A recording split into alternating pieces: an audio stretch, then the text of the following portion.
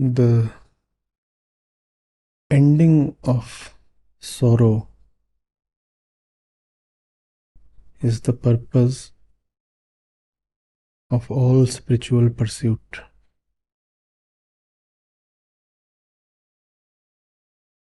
But that end cannot come by chasing the dual opposite of sorrow, which is happiness.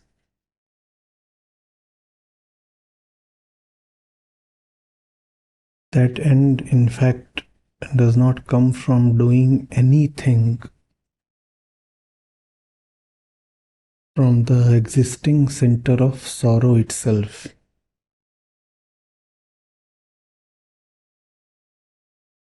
If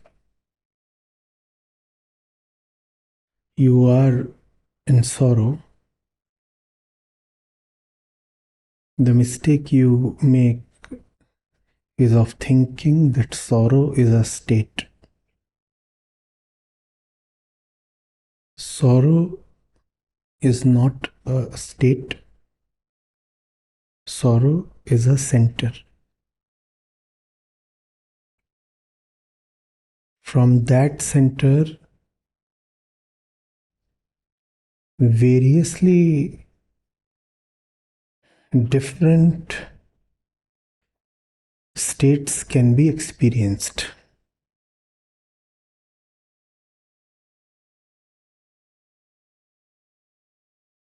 Only a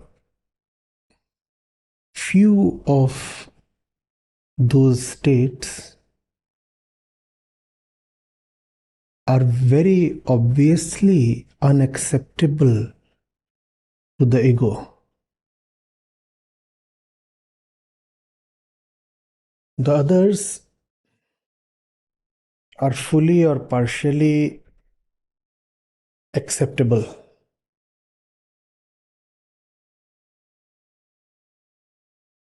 What that means is that from the center of sorrow, a lot of happiness, even if transient, can be experienced. And when the experience will be of happiness, it will not be intuitive to see that the center is of sorrow. One would think that one has reached a different center, almost a different being. And that's how sorrow continues.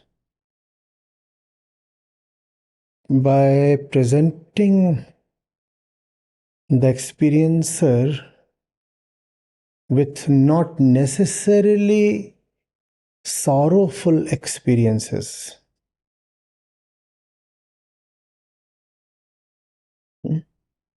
Obviously, one of the states that come from the center of sorrow is of sorrow. But that's only one of the states. Let's say if 10 states are possible from the center of sorrow, only in a few of these states will you suffer. In other states, you will be more or less all right, at least for the while. So there would be no consistent, determined, or deep inspiration to go to the root of sorrow. Because sorrow, its center, its real reason, remaining where it is and what it is, you can still be temporarily happy.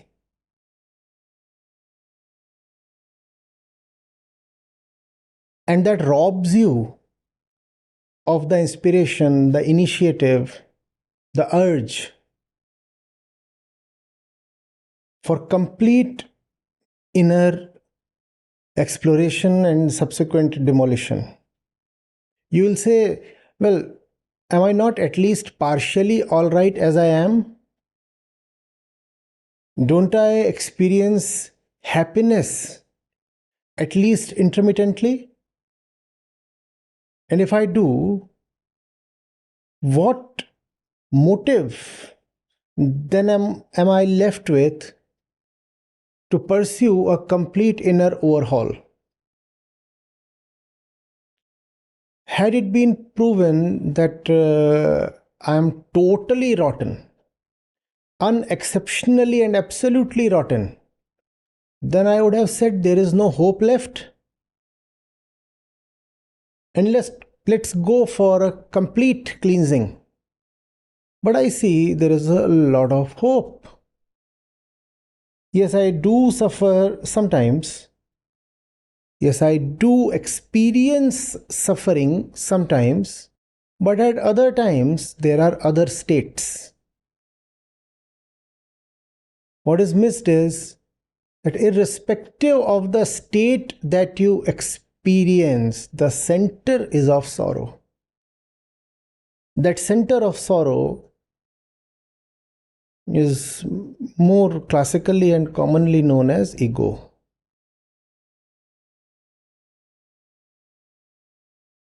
When we say ego, it does not alarm you that much. It's better when we call it the center of sorrow, no?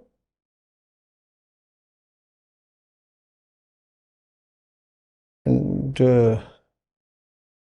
that ego is a skilled mischief maker. So operating from the center of sorrow, it makes you experience happiness.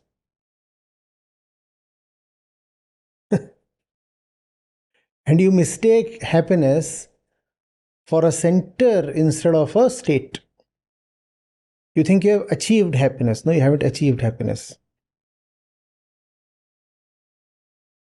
It's like the passing colors and scenes in a kaleidoscope. It's all fleeting.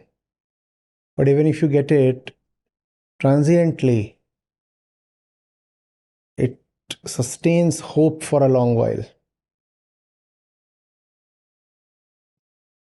Happiness experienced for one day enables you to be hopeful of happiness for 100 days.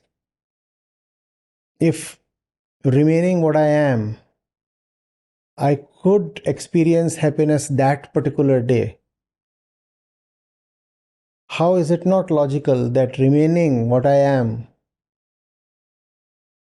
I would be able to experience happiness again? And maybe not just for one day, for 10 days now. There is no clear cut imperative, urgency,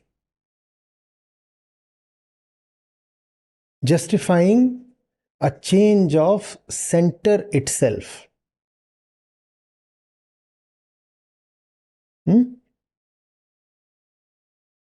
Please take this in. You can experience happiness from the center of sorrow.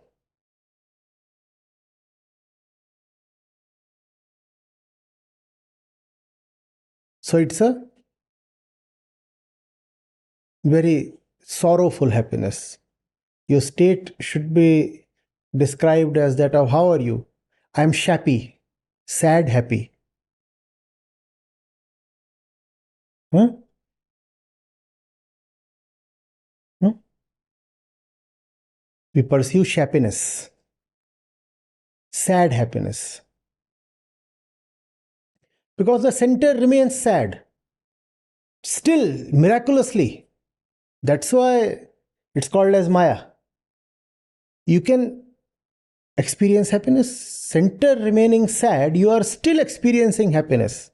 Now let me refine, rather tighten it a little more. What you call as happiness can be experienced only from a center of sorrow. Not that it can be experienced also from a center of sorrow, it can be experienced only from a center of sorrow. If the center is not of sorrow, you cannot be happy. It's a dualistic phenomena. For it to be experienced, you require its opposite as the previous or pre-existing experience in the background. If you are not sorry, you cannot be happy. Impossible.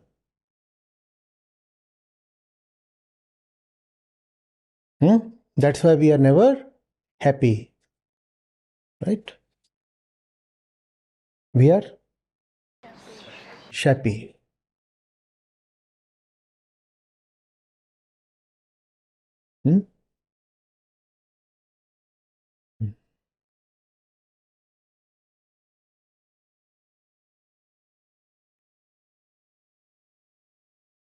You want it to rain.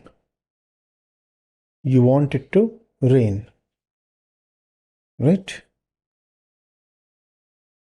And it's not raining. So you are sad. So you are sad. Now it rains. You are happy. You can be happy only because you are first of all sad. Right? You don't want it to rain. You are neutral to it. You are unconcerned whether it rains or not. So you are not sad. It starts raining. Will you be happy? No. To be happy, you first need to be sad. The deeper the sadness, the greater is the experience of happiness.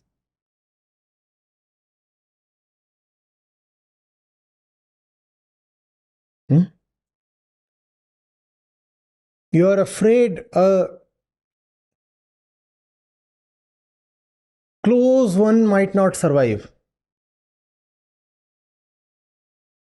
Right?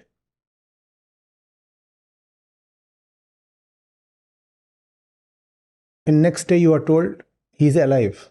You will be greatly happy. On the other hand, you have a normal friend, Raju, and someone comes and tells you Raju is alive. Will that make you happy? It won't. You'll say the bugger is anyway not going anywhere. In fact, it might be bad news if he's still alive.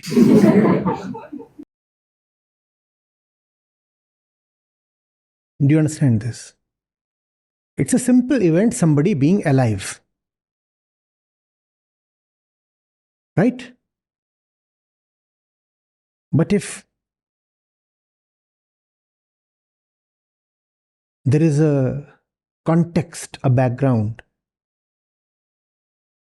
in which this simple happening was threatened, then it would bring happiness to you. Otherwise, it would not.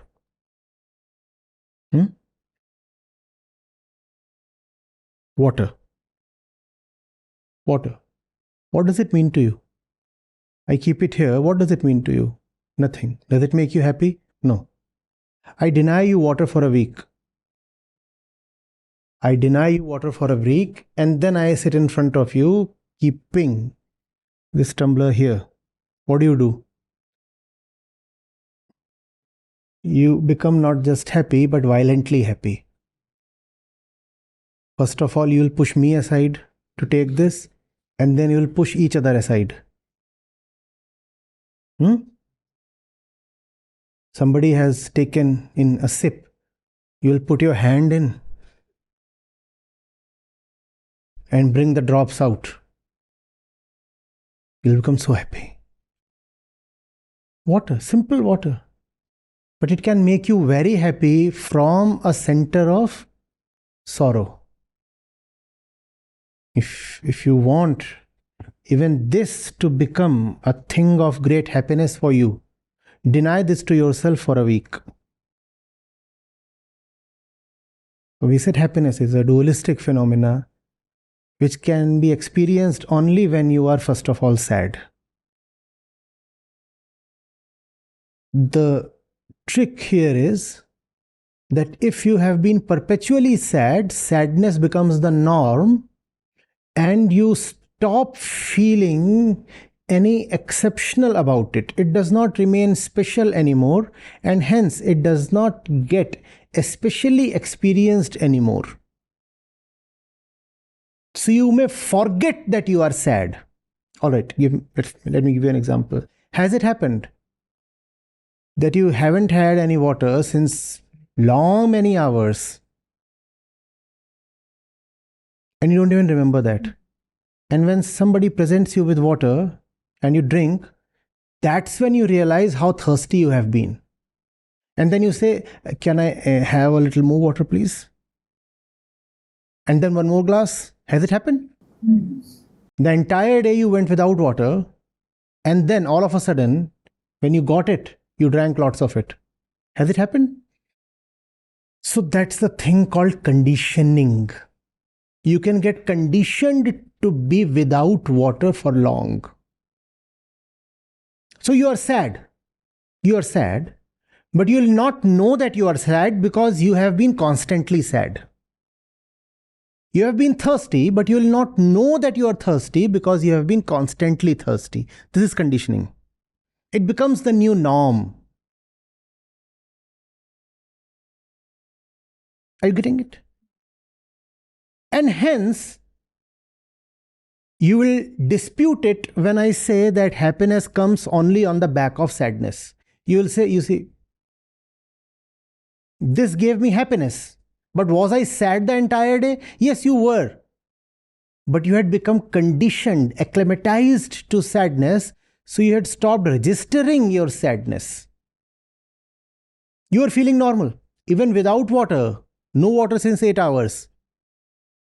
And still, you are operating with a parched throat. Maybe you would have known when you started fainting. But that's because the body does not tolerate too much injustice. The insides, the inner body, it can tolerate anything. You can be conditioned to great extremes inside. The body cannot be conditioned beyond a point. You can condition this finger to be bent not only this much, but this much. And if you practice since your childhood, when you're flexible, you may probably get your finger to bend by 200 degrees. This is like 150 degrees.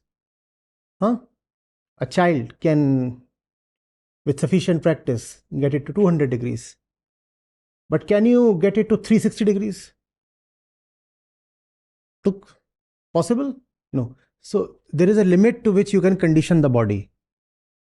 But the mind can be conditioned endlessly.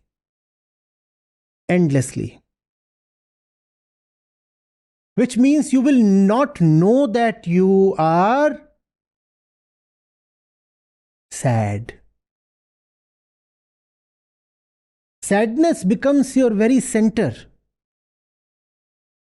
How do you now compare yourself to any other state? It has become your default state. Nobody complains against what is default, do you? No. Do you ever complain? Why is atmospheric pressure 760 mm of mercury? Even those who love to crib would find this a new one. The fellow is extremely unhappy about atmospheric pressure. You won't have seen that. Why?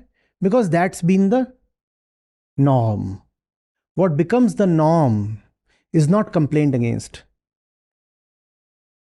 If sadness becomes the norm, it is not complained against. And then you will not participate in any discussion or activity that aims at removal of sorrow. Why? Why? Because according to you, there is no sorrow. Come, let's join the Gita for the sake of joy and freedom. But there are no bondages. But I'm not suffering at all. What kind of joy do I need? I'm already all right.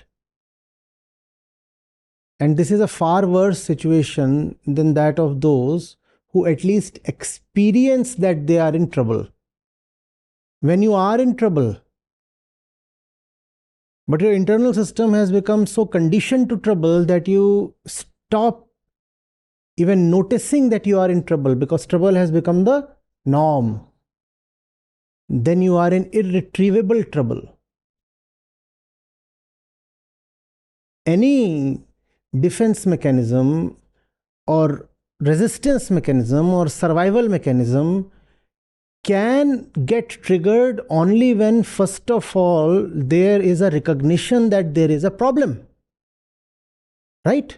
You can have a building with great firefighting instruments and mechanism. But what if all the smoke sensors go dead? What will happen? You may have great mechanisms, but they'll never be activated. To be conditioned is to lose all sensitivity for inner trouble. You are in bondage, but you say, I'm not in bondage. There is no bondage. Just as the fellow says, well, there is no smoke in the building. Because the sensors have gone dead or insensitive, inoperational.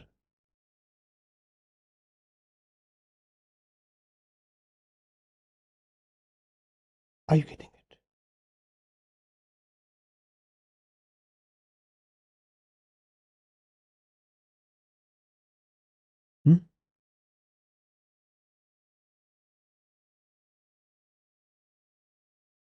One of the reasons why human beings are able to continue with seemingly very pathetic states is because those states appear pathetic to those who are not in it.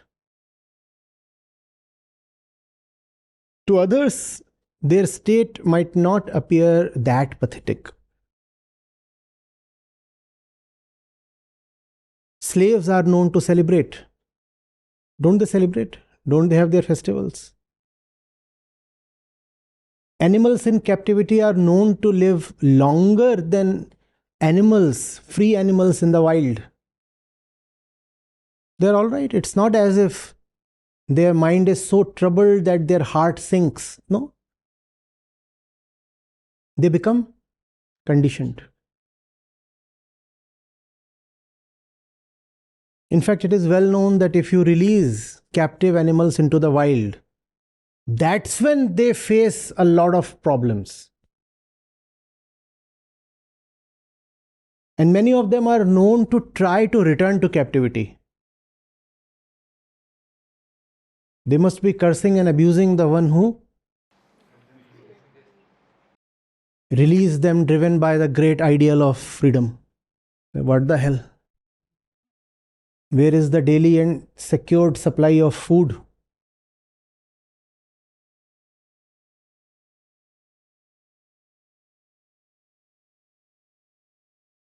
Are you getting it?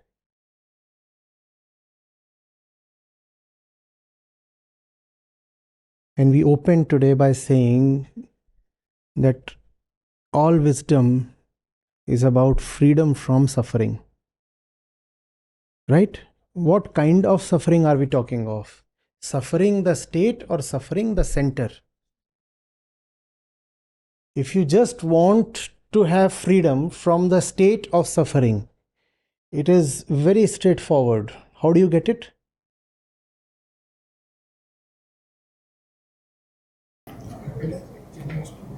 Bring on some music,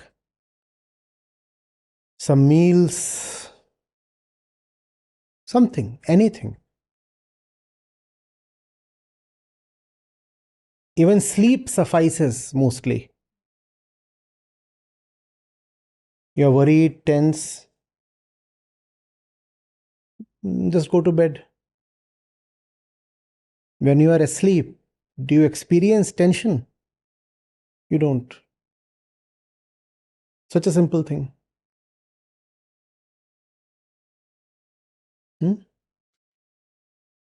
Such a simple thing that it does not require any spiritual methods. If freedom from sorrow, the state, is the objective, then this objective can be very easily obtained. But that's not what spirituality or wisdom aim at. The aim here is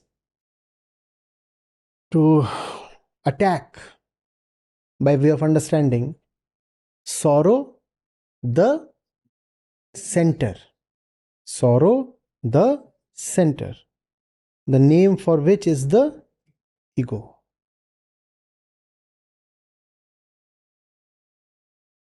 And when sorrow, the center, is attacked by way of understanding, that's when you get happiness that doesn't have to ride on sadness. Happiness that is not dependent on a pre-existing state of sadness. This non-dual happiness is what is called as joy.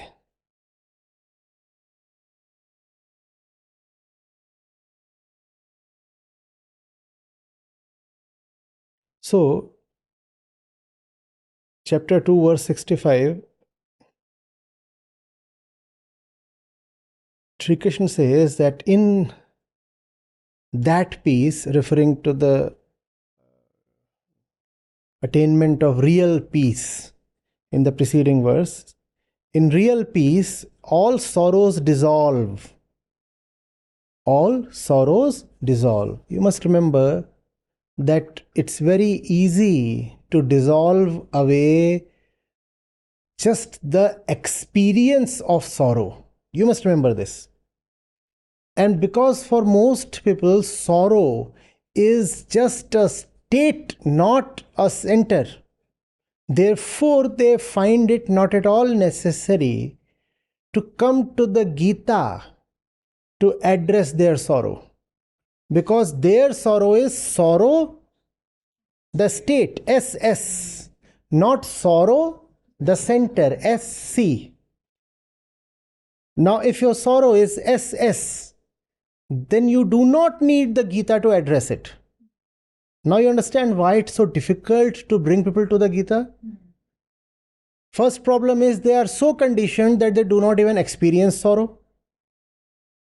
Now to such people, if you go and say, well, the Gita will relieve you of your sorrows, they'll say, what sorrows? See, I'm so cheerful. Happy morning, good morning. I'll send you flowers. There is no sorrow. That's the bulk of people.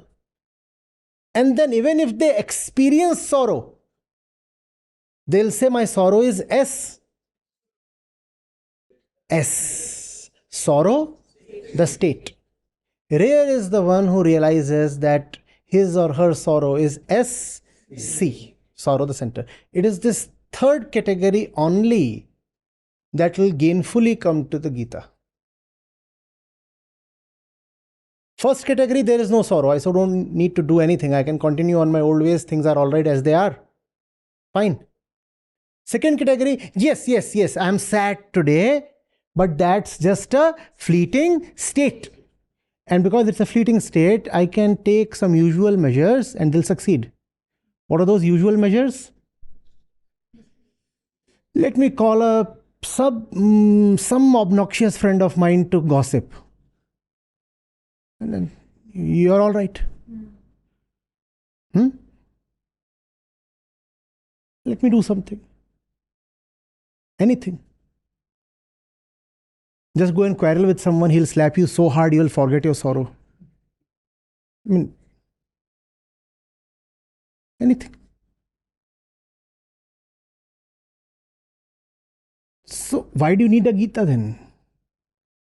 If you can be slapped out of your sorrow, why should you study your way out of sorrow?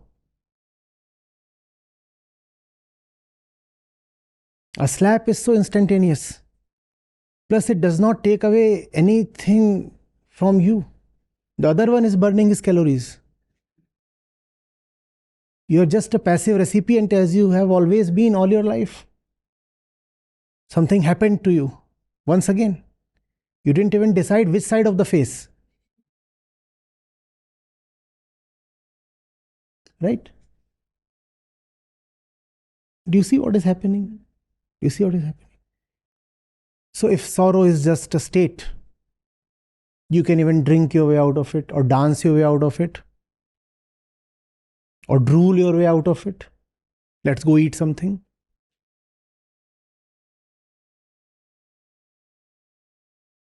Rare is the one who realizes that sorrow is the...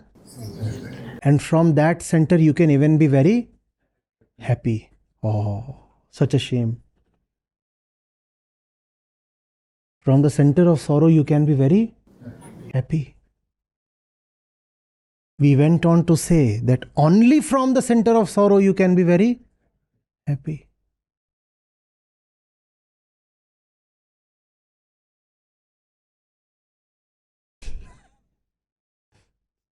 So you have sorrow dancing happily. The center is off, but it's dancing happily, yelling merrily, wearing new clothes, shiny, attractive, wow, great ribbons. May I cut them?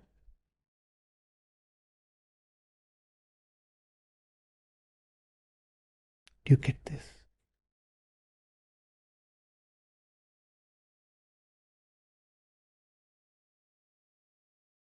तुम इतना जो मुस्कुरा रहे हो.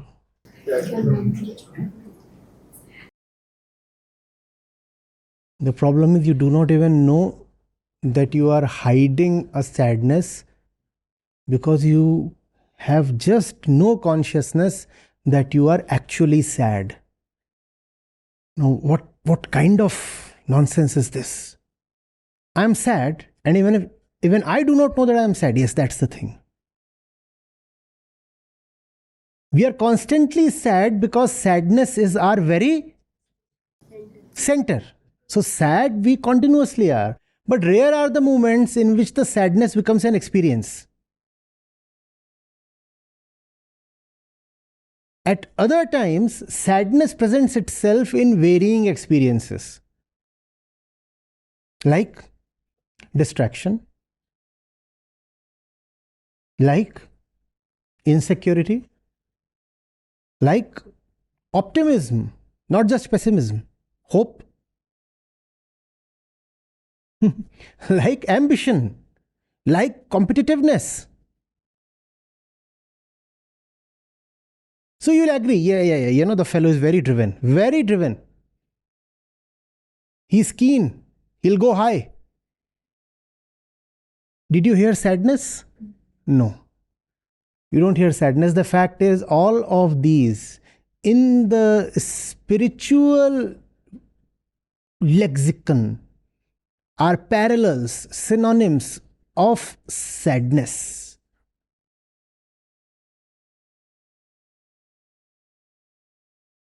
Oh, he can't be beaten down. He won't take it lying down. He's a go-getter. He'll chase it to the end. Heard all these things? Not even remotely do you hear the word sadness here, do you? No. But all of these are states coming from sadness. Sadness does not necessarily present itself as an experience of sadness. Sadness will present itself as 20 other things, 20 other kinds of experiences. For example, oh no, I have fallen for him. I'm so attached and he is so possessive. The thing is, both of you are damn sad. I am so attached and he is so possessive. Simply say both of us are saddies. Shady saddies.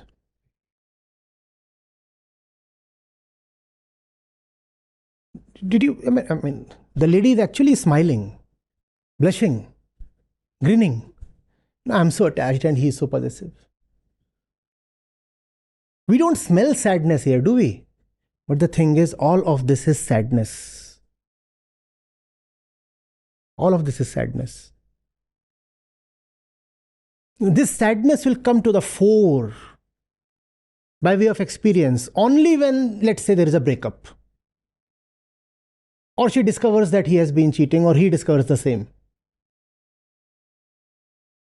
Then you will say, now the whole thing has taken the gross form of experience of.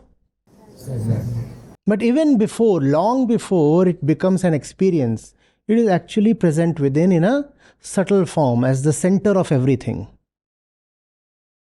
As the center of everything. So those who have known have put it very crisply. They have said, sadness takes birth. What takes birth is sadness. What takes birth is sadness itself. Sadness is your default state, though not your destined one. It is your default state, though not your destined one. If you say you are not sad, then you are lying, because sadness is your default state. You have to be sad by default. Are you pressurizing us into getting sad? No, I'm not pressurizing you. I'm saying you are born sad. And I'm so sad about that, but fine. Everybody is born sad. You are sad. The default center is of sadness.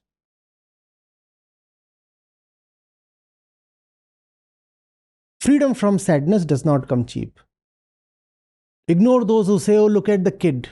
The kid is so very cheerful. The kid is not cheerful. This cheer that you see is a state. So we'll call it CS. Cheer coming from the center of CS. Just as we have HS. Happiness coming from a center of AS. Attachment coming from a center of. Have you seen how unreasonable and pure the kid's laughter is? Heard of these things? Fallen for these things?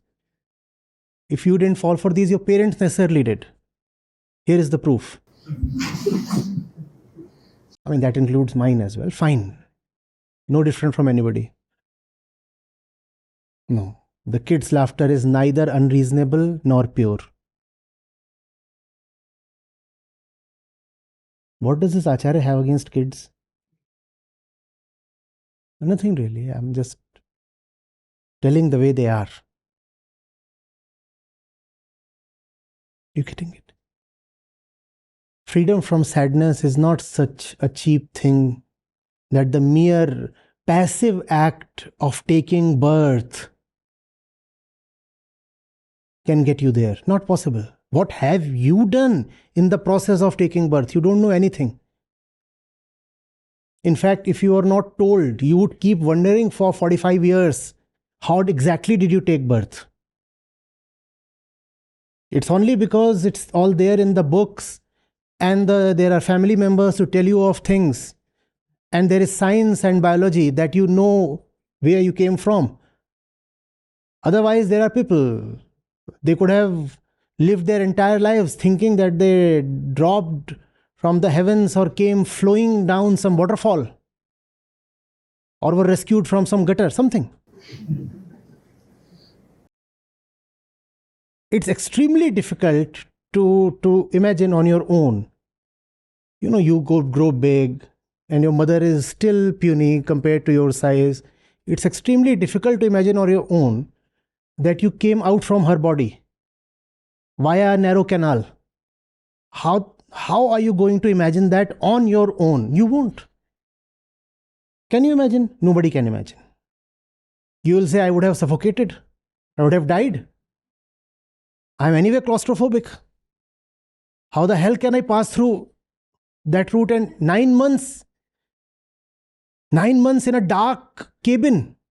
What was I eating? And every second day I'm puking these days. What was happening to my mother? Didn't she get toxic?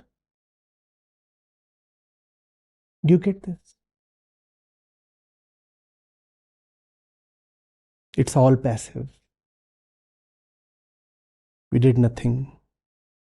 You just one day find yourself in what you call as this universe.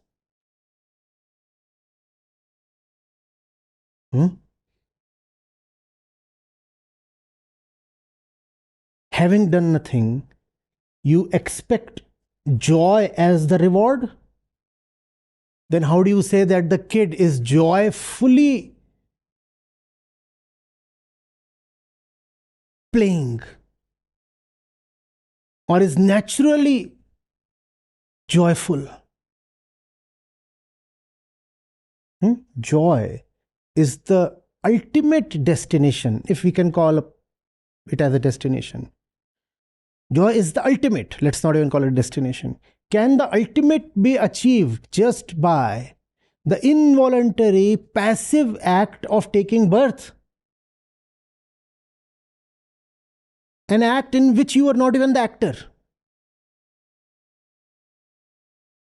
That you exist becomes known to you after several months. Then how can the kid be naturally joyful?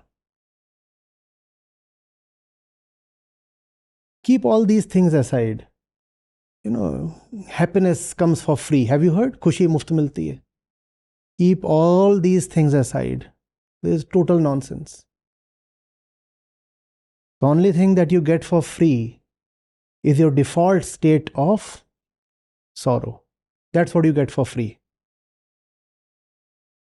The real thing has to be earned. You don't get it for free. So if you are happy for free, rest assured you are sad. So those who say, we are happy, and you find out what really they have crossed over to be happy, and you find nothing, then you can be reasonably convinced that they are lying to you and to themselves. You cannot be just happy. If you are just happy, then it is HS. If you are just happy, then it is HS. The word used by Sri Krishna here is prasad. Prasad. It was the word he used in the previous verse as well. It is a gift from the highest, but only when, first of all, you surrender whatever you have. Look at the ritual we follow in temples. You take a big box of sweets there, right? Right? And you say, this is what I have and I'm submitting it to you. Ideally, when you submit it, surrender it, offer it, that should not be with the hope of getting it back. Right? I brought it for you. This is symbolic of the highest that you had. This is the highest that I had. This is the maximum that I had. And I'm giving it to you. And then you get it back. Prasad, you gave away everything that you had. You didn't want to steal anything or reserve anything or block or hoard anything for yourself. You gave away whatever you had. And then you get this called as prasad. So that is what is joy. Sri Krishna is calling it as prasad. You get it only when you give all that you have hitherto called as precious.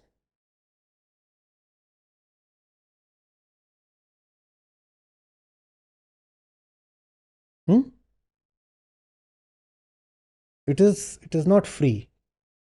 It comes when you pay for it with everything that you have. It is so expensive. Joy is not free. Joy is not something so cheap that you gossip with someone and you say, wow, what a joy. Or somebody gives you a good massage and you say, this was pure joy. Anand is a word greatly abused. No? One day you'll have Anand tickling services. You pay to get tickled. They say Anand. Anything is Anand.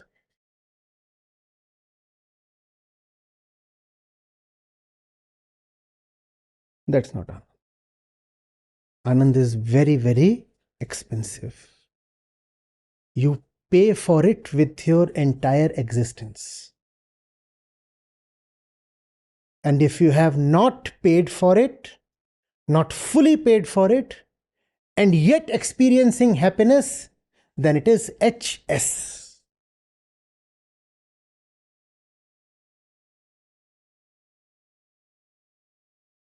So when you feel happy, ask yourself, have I paid for it? And if you have not, then it's something very fake, hollow, very counterfeit that you have in your hands.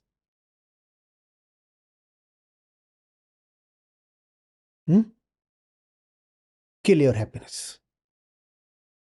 Because it's anyway so fake. That's what spirituality exists for. To kill HS.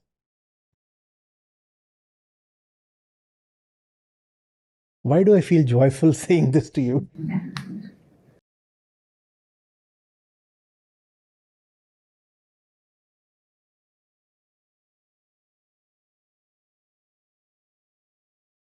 You get this? The problem is not that you're happy. The problem is that you're not happy. And to remain not happy, you have put together some patchy, shady thing you call as happiness. Our happiness is a conspiracy against happiness.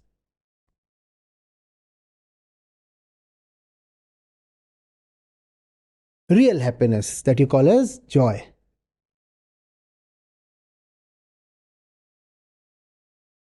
We remain happy in the shallowest of ways so that we never have to dare real happiness.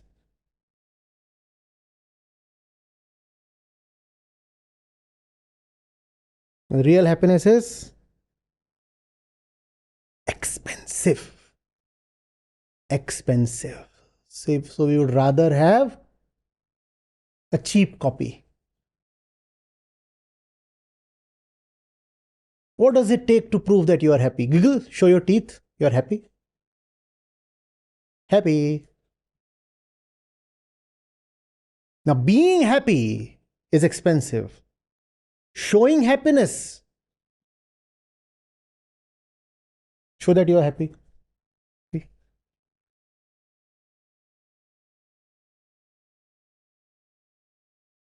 Being happiness means being at the very center of happiness. And that requires that you challenge the center you were born with, which is the center of body, which is a center of primitive animalistic instincts. How do you challenge them? By shouting at them? No. You challenge them by knowing them. As human beings, your mightiest weapon is your ability to know. Also, when your center is real, when the center itself is of joy, then tell me the corollary. When the center is of sadness, then even happiness is sad. And when the center is of joy, then even sadness is joyful. No, there have been people who have said, I would rather be joyfully sad than sadly happy.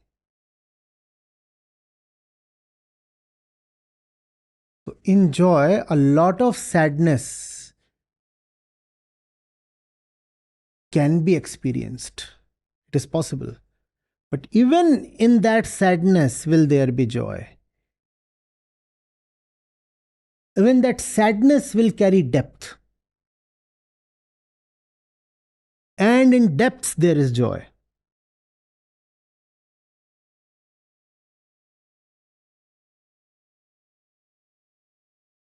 Do you see the privilege of the right center? From the right center, even if you are sad, you are still joyfully sad. It's SJ. Or let's say SH. Simply. It is SH. And from the wrong center, even if you are happy, you are sadly happy. So the equation is SH is much, much, much greater than HS.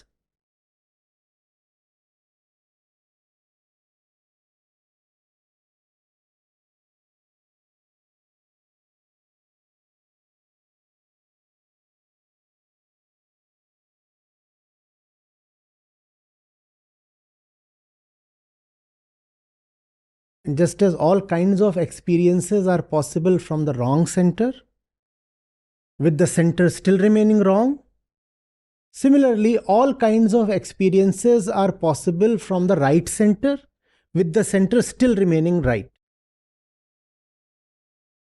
From the center of sadness, you can be happy. It will be a shallow, cheap happiness. From the center of happiness, the true center, the right center, you can be sad. It will be a deep, marvelous sadness. But we don't care for centers, we care for states. And that's the whole problem. We say, look at this fellow. He has no depth in life. He has not read any wisdom literature. He doesn't come to the Gita, but he is still happy. And look at you. You used to be happy, but since the day you went to the Gita, you look so forlorn. How do you explain this? That fellow has nothing in his life, no wisdom, nothing. But he is still so bouncy, so peppy. And you study the Gita daily, and you write those exams and do all kinds of... and you still look God-forsaken. And there is no contradiction here. From the right center, you can still be sad, and such sadness is beautiful. And from the wrong center, you can still be happy, and such happiness is worth spitting upon.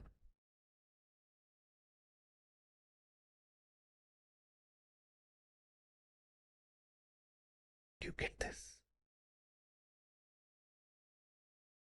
But we count actions, and the states you experience are closer to actions. No? Experiencing in itself is an action.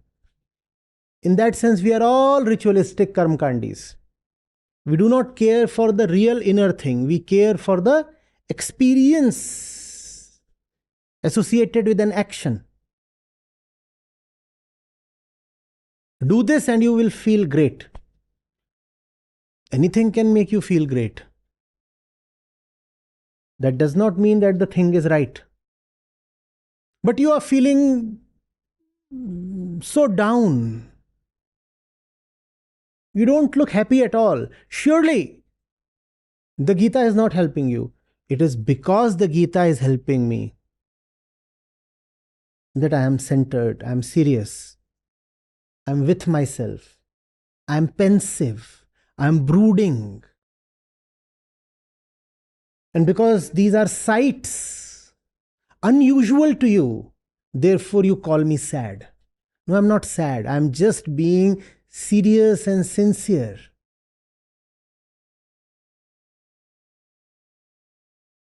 What you see in my eyes is not sadness, but depth.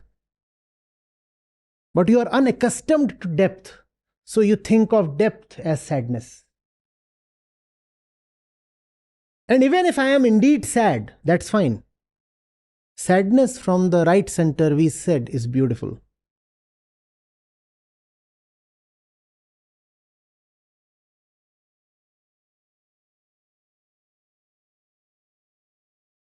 Are you getting it?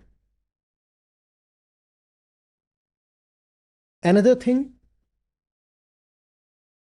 when as a result of understanding, you come to the right center, or rather the right center gets revealed, it's not just your experiences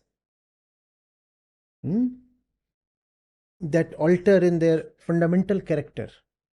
Everything about you receives a shift in center.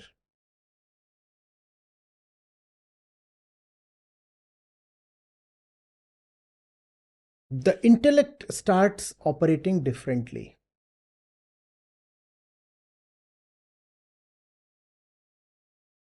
The same arguments start holding diametrically opposite meanings.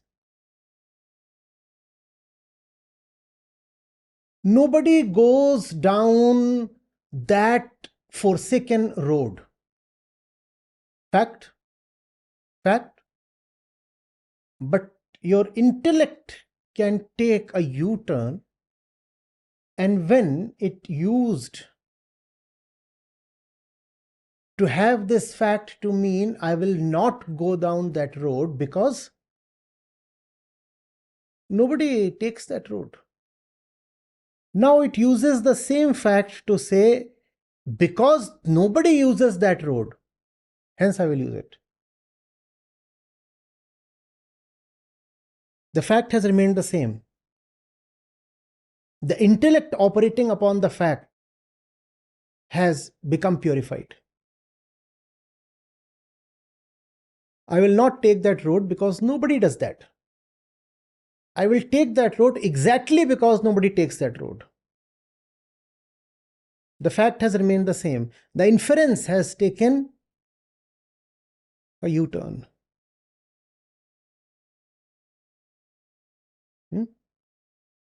Krishna is saying, such a fellow you can call as pragya pratisthit. The intellect is now seated at the right center.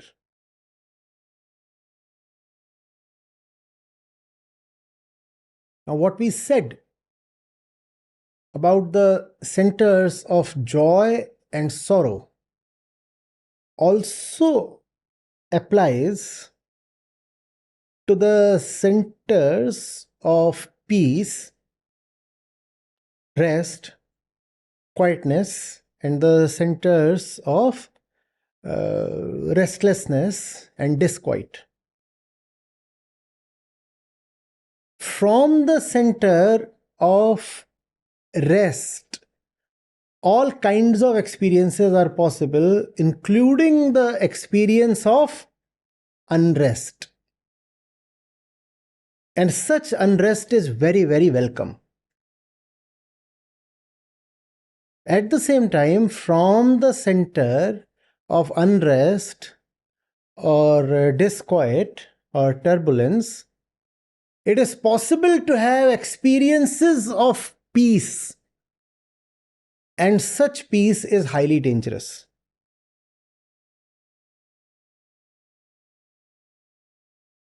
This will run analogous to the centers of joy and sorrow. The same story will get repeated here.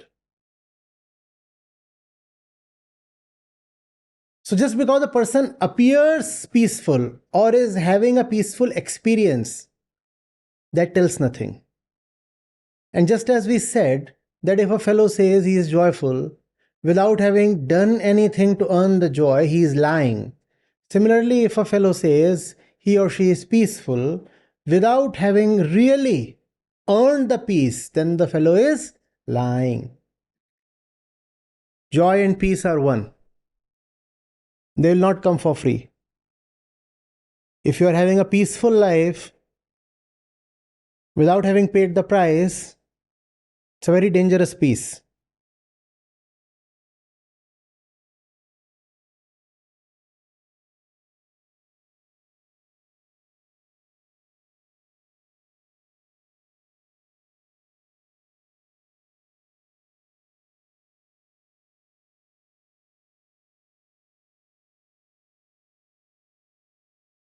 Now tell me, why don't we really understand what the Gita wants to say?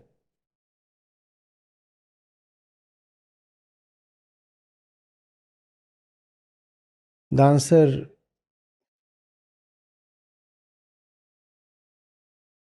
to this question is same as that to the questions, why aren't we at peace? Why aren't we joyful? The answer is, you haven't paid the price. Joy and peace and understanding, they are all one. So if you want to really understand the Gita, you'll have to pay the price.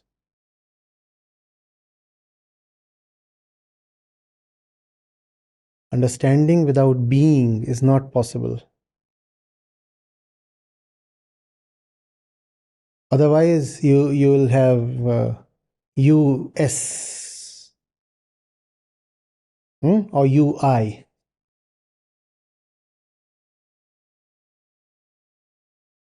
What is UI?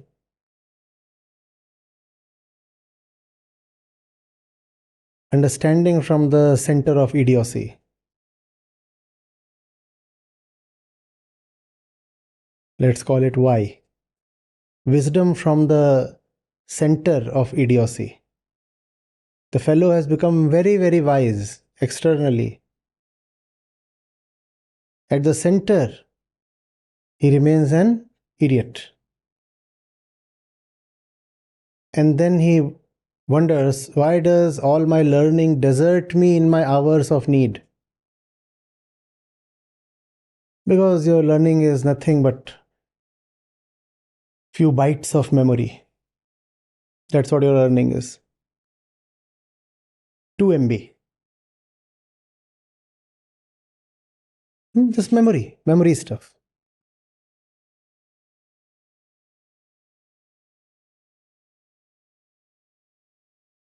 We'll compare, look at this one. Just 4 MB. I am in Gita since 1.5 years. 58 MB, I tell you.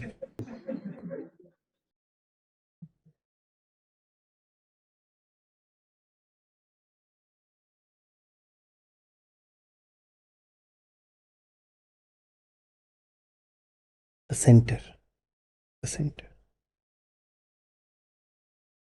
You can remember a lot of Gita, but if you remember it from the center of idiocy, it won't help you. And it is very possible that from the center of Gita, you actually forget the verses of the Gita. and that's all very fine.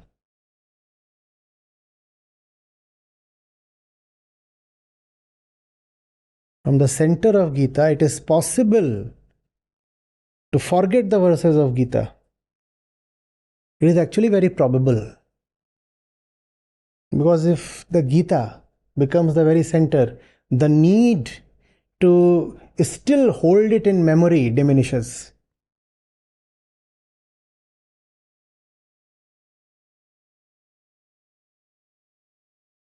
When you are wearing a shirt, do you want to constantly remember that you are wearing a shirt? You are assured it is there. And this is on the body.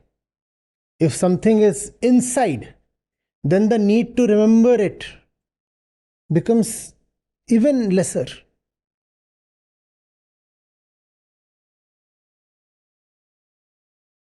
Can we apply the same thing to union versus separation? Given that the word yoga is very imminent upon us, the yoga day is arriving. From the center of union, you can experience separation, and that's wonderful. Then you will sing great songs of union. In separation, you will still be united. And on the contrary, there is the harrowing specter of being united from the center of separation. And then you have all kinds of violence and discord and even bloodshed. Because the center is of separation, but the experience is of union. Better to be separated while united than to be united while separated. Namaste, Acharya Ji.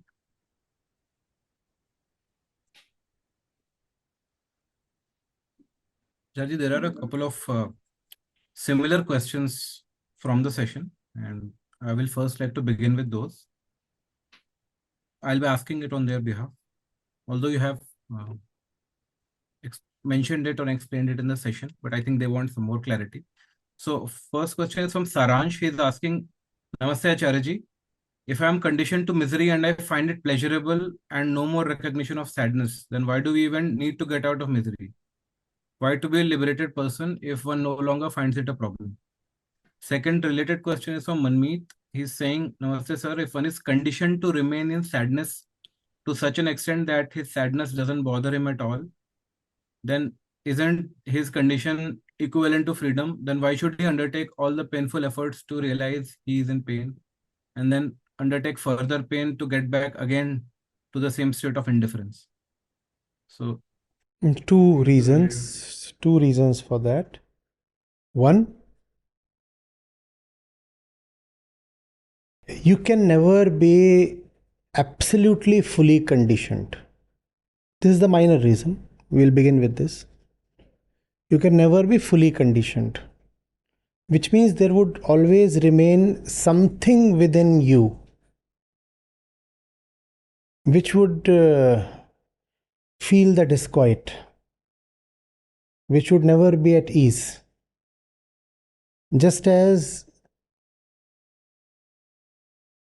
it is because you cannot tolerate being fully conditioned that you are asking this question. Were you totally convinced that being totally conditioned is in your favor? Then you would say, I stand assured that it's all right to remain conditioned and not experience any sorrow at all. But it won't be possible that you do not experience any sorrow. There would be an undercurrent, a subliminal one. Even if that undercurrent doesn't present itself to your experience on its own, untoward experiences will happen. And those experiences will reveal to you the falseness of your satisfaction. The worst among such untoward incidences is an encounter with a free one or a relatively free one. It will make you feel very, very disturbed. In your bondage, you are taking satisfaction, right? Like a caged pigeon. You are saying, I'm all right here, well fed and well secured. But to your chagrin, just by chance, it is inevitable that you will get to see some free and flying pigeons. What will you do then? Some part of you will keep wishing that you never come across free beings. Because every free being, every such encounter would be a slap on the face of bondage. Bondage rests on its own justifications. The justification is, if I do not remain imprisoned, I won't survive. And here is the free bird belying all your justifications. You said you won't survive outside the cage, look at that one. Now, do you see why the world becomes bloodthirsty often on seeing a free one? Because the free one is a tight slap. You kept saying, I must remain in bondage because life outside bondages is just not possible.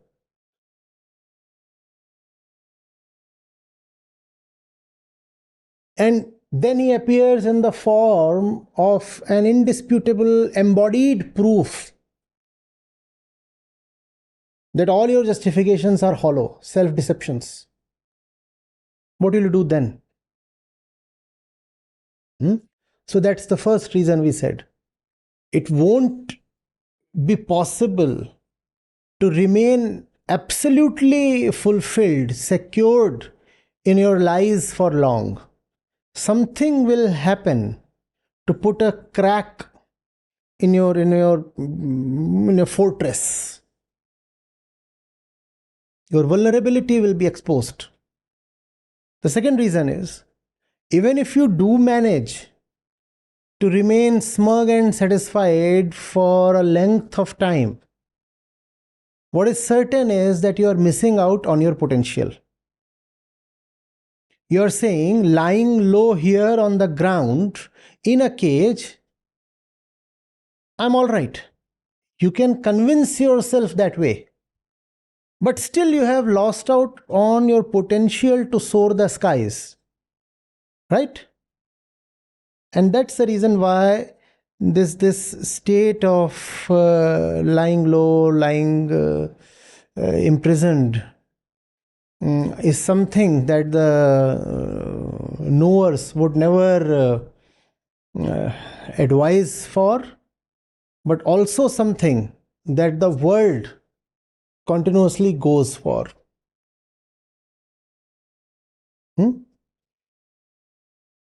It's a state of at least local minima of sorrow. A local and temporal minimization of sorrow happens when you are deeply conditioned. But it's a local minimization, right? Which means somebody outside your locality can come and disrupt your frail peace. Right? In a little village, you are leading the life of a little householder, doing your little chores, managing your little family, and you have convinced yourself this is the right and high life. And then one day a Buddha comes walking, and your world lies shattered like a glass pane. It doesn't take a second for it to lie broken. You're saying, I'm leading the best life possible. And in front of you stands a Buddha. What will you do now? Where will you find the place to hide? How will you justify to yourself you have wasted all your life? You too could have been a Buddha, but you have remained limited to your little boundaries. Tight slap. Are you getting it? And the more you invest yourself through effort and in time, in your falseness, in your conditioning, the more incentivized you will feel to defend your conditioning, just because you have invested so much in it. I have been leading a false life since 60 years. It will become difficult for me to now accept that it's a life gone waste. On the other hand, if you are young, 15, 20, 25, 35 maximum, you still have some chance to reclaim life. You'll say not all has been lost. Yes, I have lost out on a few years, maybe a decade, but I still have time to live. I still can take an about turn. I can still mend my ways. That's why spirituality is essentially something for the youth. Not that the old ones are discounted totally, but they will require greater courage because they are now more deeply invested in their old conditioning. Do you see the conspiracy of Lok Dharm? It has said spirituality is for the old. So you come to know that you have been misled all your life only when you have misspent all your life. Now, even if you come to know that life's gone waste, what can you do about it? Time is irreversible. That's the Lok Dharmic conspiracy. Do not allow youngsters to go to the Gita. Don't allow them.